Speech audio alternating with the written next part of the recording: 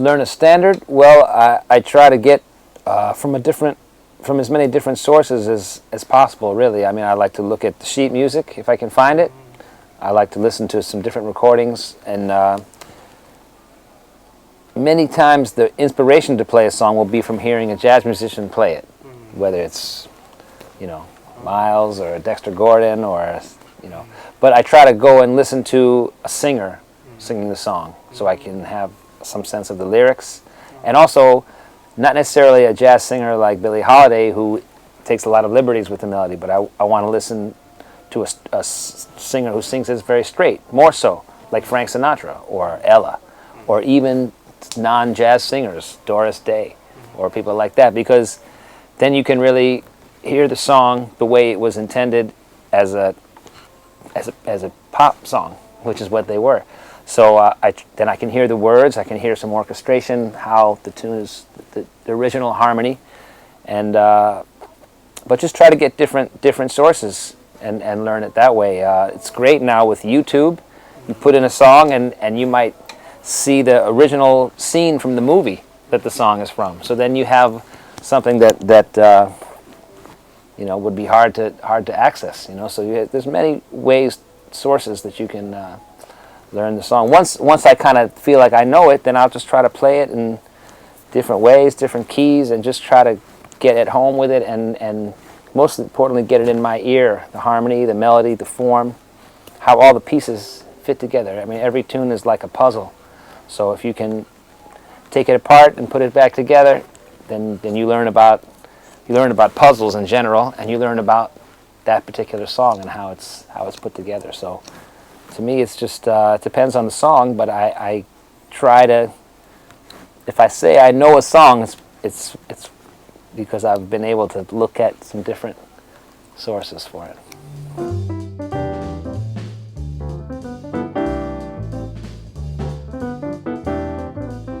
Well, I don't think so. I don't know. I mean, melody is important to me, and rhythm is important to me, and some kind of smoothness, although I don't know. I mean, sometimes I like angularity too, and it's just about tension and release and trying to manipulate those things. I mean, I'm working on it, trying to have access to the melodies that I hear in my head, and really think about rhythm when I play too, and locking in with the drums and the bass, and trying to play things that are rhythmic, that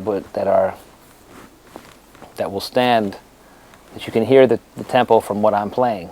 Only that's important to me. My favorite players have that. You can hear they're dealing with all those things: rhythm, harmony, and melody. So it's important to me. I work on that because those are the things that I care about.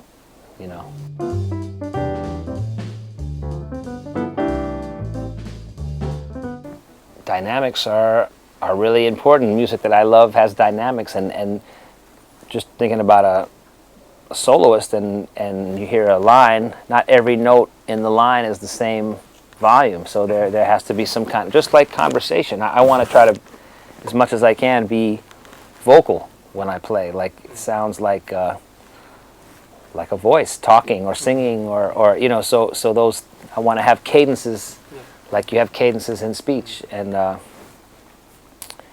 space is important to me because it's part of it. It's part of you have to separate your phrases, just like with language. There's punctuation. There's a period, comma, semicolon, and a new paragraph, a new chapter. Space in between is very important, and just space is important to me because in the space you might leave, you can hear something else to play.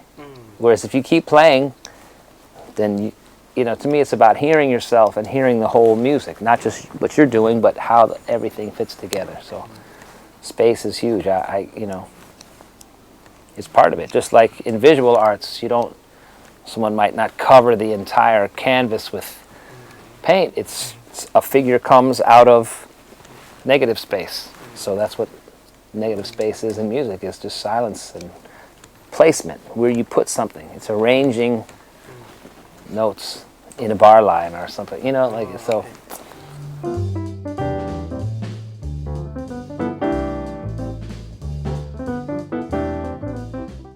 Yeah, to me, it's a way to connect the harmony. Is the target notes will give you the sound of the harmony without the chords behind it. Like you're playing a line, and based on where the target notes are or the guide tones, you can hear the harmony just in a single line. So that's important to me. If I'm learning a new harmonic structure, I try to think, well, how do I make it sound like that harmony? How do I bring out that harmony through those approach notes, target notes, guide tones, and chromatic? Well, yeah, I guess the chromatics are just in between those target notes. I mean, so it's just, yeah, I try to use some chromatics, but...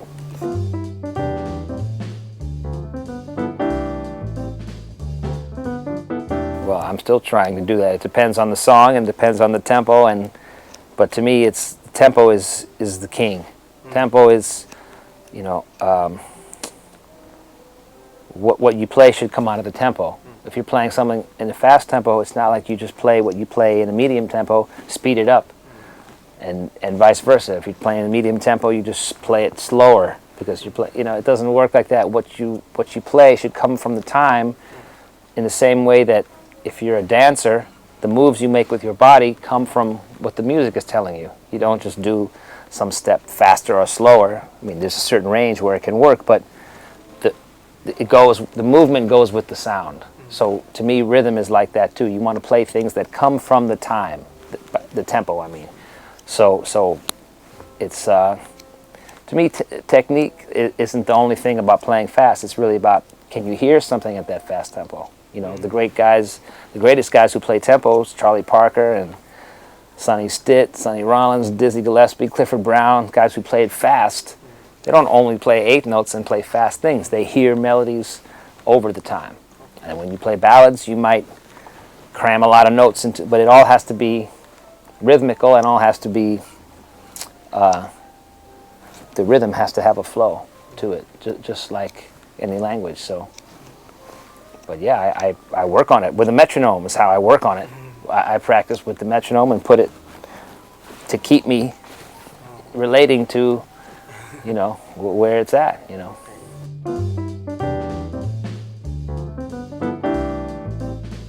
Well, I mean, I love Jim. I would say he's one of my favorites. I can't say I don't have one absolute favorite, but he's definitely one of my favorites, and did have a chance to study with him and get to know him and play with him a few times, and yeah, he's been a huge inspiration just to see a master that close and to see the sound that comes out of his instrument, his touch, his harmonic sense, his rhythmic sense.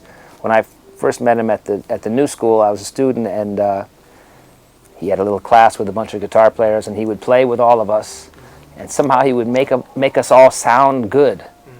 But then when we played with each other, we didn't sound so good. So it was some magic thing that he had, that he could support people and make them sound better than they were.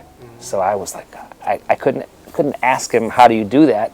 But I could only try to observe the things that he did. And really, it's the generosity of spirit. You know, it's really like he's a beautiful accompanist, besides being a great soloist too, but he's a beautiful accompanist because he really wants to make people sound good, wants to make them feel comfortable, wants to make them feel, you know, feel good about what they're playing. So that was amazing to me when I was 20 years old, getting to meet him, that to have that experience. And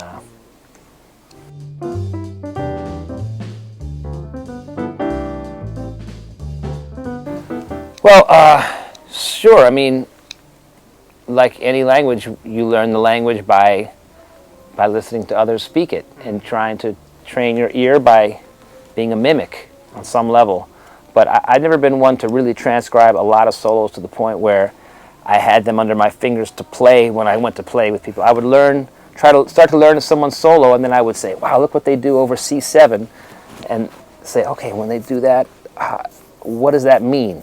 You know, how are they bringing out the notes of that chord? What notes are they leaning on? So it would tell me, okay, well, if I play the same, that phrase, slightly different, but I can keep the idea of the phrase, then I'm learning how to make variations on something. So I would kind of learn bits and pieces of solos, but I don't have books of things written out. A lot of people do that. I just never had that.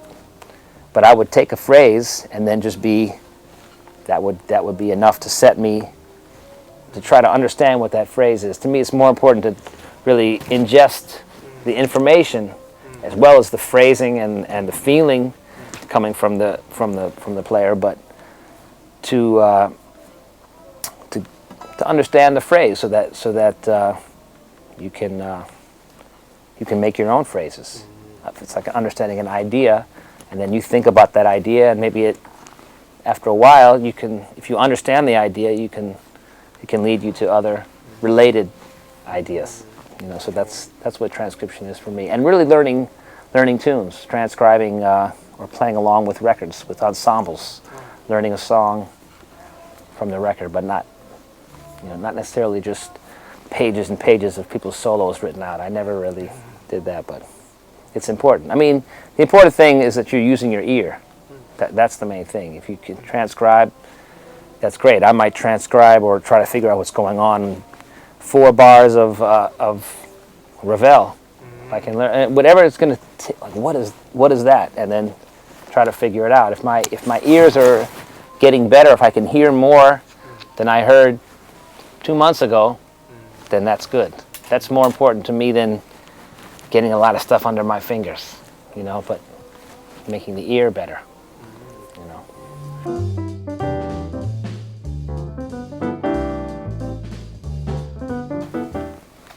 It really depends. I can't say there's something.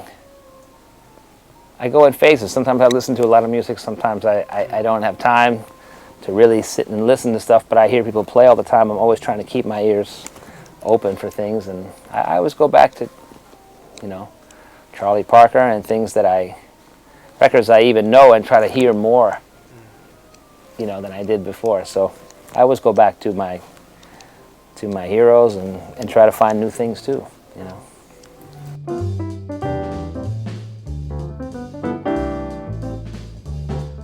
My gear. Well, I just have this guitar, and if I can bring my own amp to the gig, I have a Fender Vibrolux. I like tube amps for the most part, but I have to play whatever is there most times. But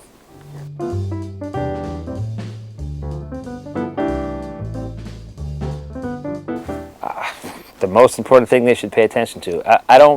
I can't say that. I can't speak for everyone. People might have all different things that they're trying to go for. Really it's about what they should pay attention to is why they play music and what they're trying to do, and think about what they like, what they don't necessarily like, to develop a sense of aesthetics about what they want to do. And what you don't play is just as important as what you do play, and it's just about trying to find a personal voice that I think you have to pay attention to that, but that's important for me. Other people might think other things are more important, so I can't really say. To me, it always comes down, it's not about the guitar, it's about your ear. If your ear is getting better, you're a better musician. We hear more than the average person walking along the street. That's what's supposed to separate musicians from non-musicians. We can hear, just like a painter develops their eye. They look at light and color and see different ways of expressing dimensions and shadows and stuff, and light and color on a flat surface. So that's our job, is to do that with our ear and to hear different levels of things,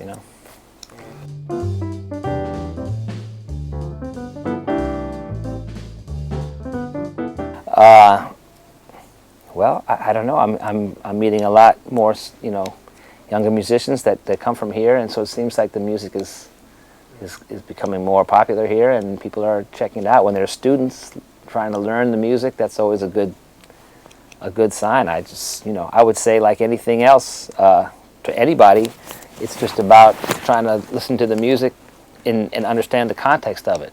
Understand, if you listen to Michael Brecker, then try to figure out, where did he come from? You get into Coltrane. Where did Coltrane come from? to go back, because it's not that long a history of jazz. Really, we're talking about starting from the late 20s up until now. It's not even 100 years. So I think sometimes musicians from all over the world, New York City, wherever, Europe, it doesn't matter. I mean, a lot of times people get caught up in what they think is happening now, which is great. You have to be excited about it, but at the same time, it's like understanding the breadth and the scope of the music and put it in the context. Nobody comes out of nowhere. Charlie Parker came from places. He came from Lester Young and from what came before him, Johnny Hodges, and what he was listening to, Art Tatum, and different things that go into a guitar player.